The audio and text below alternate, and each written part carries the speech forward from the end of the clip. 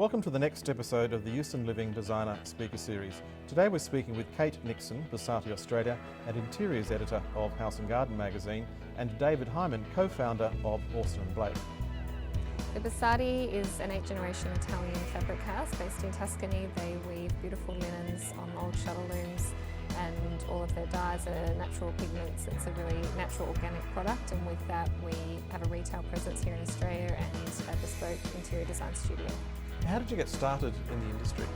I started actually styling food, so I came from a food background and started styling food with Andy Harris, who was then the editorial director of Gourmet Traveller, and he was a great mentor, and I learnt a lot about scale and colour and composition. Food is so specific, and it was a really great medium to start, and from there I moved into interiors. David, Orson & Blake. Orson & Blake's an iconic design house in Australia. How did you get started? Well, Orson & Blake started 23 years ago. It's a family-run business. We could see an opportunity in the market in Australia for a lifestyle brand, essentially, an interior brand that also crossed over into fashion and was sort of based more on a feeling about living. Now, Orson & Blake has an eclectic mix of product. How do you define eclectic? Eclectic essentially is a feeling or a vibe or a look that is all about a mix, I guess.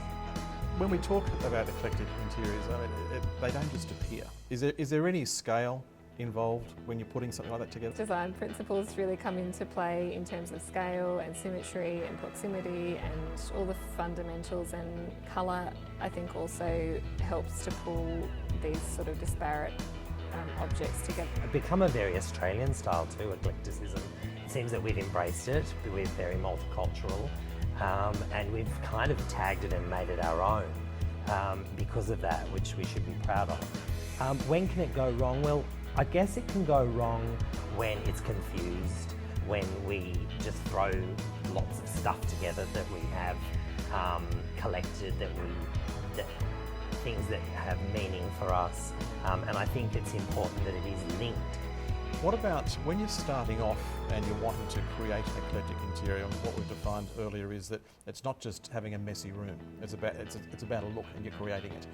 Do you start with colour or do you start with objet? I think you start with the heart, and if that is a colour for you that you're drawn to, or if that is a beautiful object that means something to you, then that's the place to start, and that's how you create an authentic interior that means something to you. You touched on we're celebrating our own, but do you still think we're being influenced by other designers as well? I think we always will be. We're part of a big global picture now. We're no longer in the backwaters, and as we've discussed, a lot of countries actually look to us for our style and our sense of lifestyle, and the fact that we've embraced this indoor-outdoor living. Kate, what's new for 2016? I think we're looking across 2016 in terms of how we can continue to inspire people and make things fresh and modern. I think it comes back to that whole premise of eclecticism and bringing things together in a new mix and a new way, and looking to the art world and looking to the fashion world and looking kind of to different places for inspiration and ways to bring something back to Australia in a relevant way. Yep, sure. David, what's new for Orson & Blake?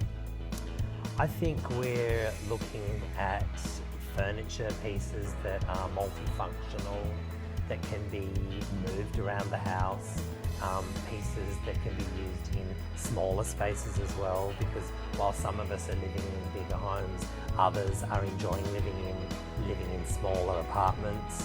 Would you please thank Kate Nixon and David Heimann for joining us today? Thank you. Thanks, John. Thank you.